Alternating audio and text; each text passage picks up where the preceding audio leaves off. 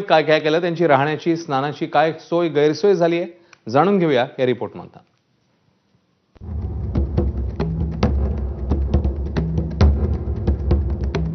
सकाळी आझाद मैदानावर येण्यासाठी हजारो आंदोलक सीएसएमटी चौकात जमा झाले।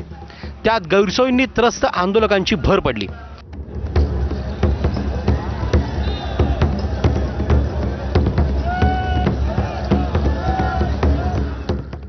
आंदोलकांनी जे फ्लायओव्हर कडून सीएसएमटी कडे येणारा रस्ता चौकात अडवला, त्यामुळे वाहनांच्या लांबच लांब रांगा लागल्या होत्या।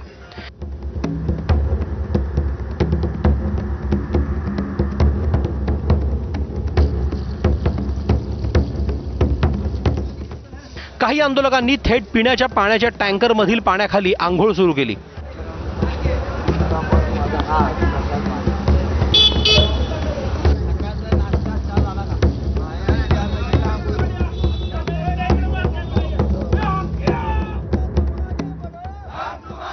तर काहींनी महापालिकेने उभारलेल्या सेल्फी पॉइंट कारंजातच आंघोळ करायला सुरुवात केली।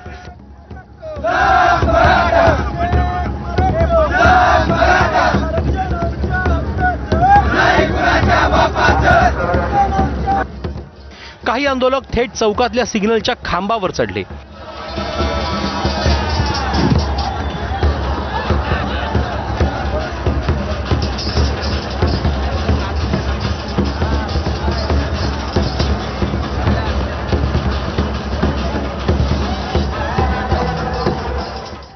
तर काही जणांनी गटागटाने मिळून भर चौकात नाचायला सुरुवात केली।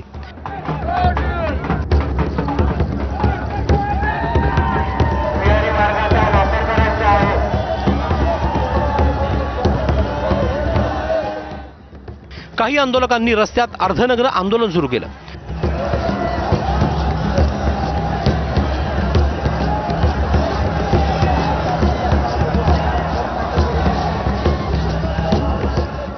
तर काही जणांनी भर चौकात सर्वांसाठी पोहे करण्यासाठी शेगडी मांडली।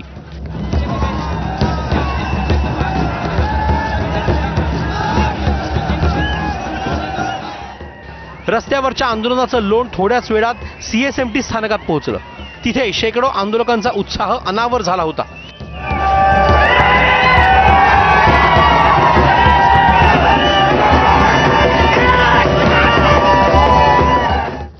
अखेर जवळपास 3 तासांनंतर या सगळ्याची दखल घेत मनोज जरांगेंनी आंदोलकांना गोंधळ न घालण्याचं आवाहन केलं।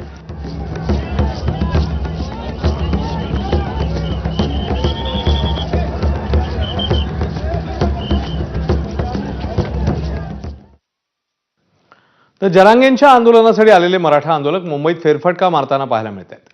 यातील काही आंदोलकांनी लोकलने प्रवास केलाय। प्रवासावेळी आंदोलकांनी घोषणाबाजी देखील केली। दुसरीकडे काही आंदोलक मॉलमध्ये फेरफटका मारताना दिसत आहेत, तर काही आंदोलकांनी जहांगीर आर्ट गॅलरीत गोंधळ घालत घोषणाबाजी केली आहे।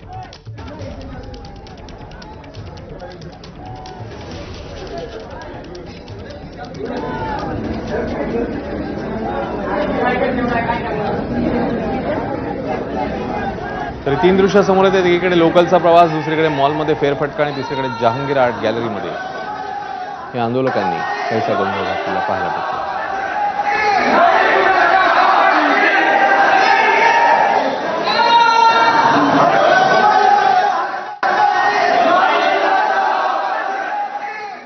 तर आझाद मैदानमध्ये मनोज जरांगेंचं उपोषण सुरू आहे। उपोषणाचा आजचा दुसरा दिवस आहे।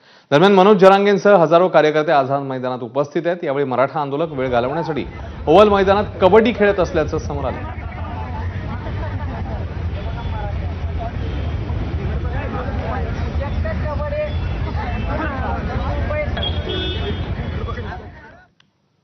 आता बातमी आहे खासदार संजय राऊत यांच्या शिवसैनिकांना सूचना येते त्या संदर्भातली। मुंबईत आलेल्या मराठा बांधवांना पूर्ण मदत करावी असं सूचना केलेल्या आहेत खासदार संजय राऊत यांनी। सरकार सुविधा पुरवण्यात अपयशी आहे, तेव्हा शिवसैनिकांनी मदत करावी असं ट्विट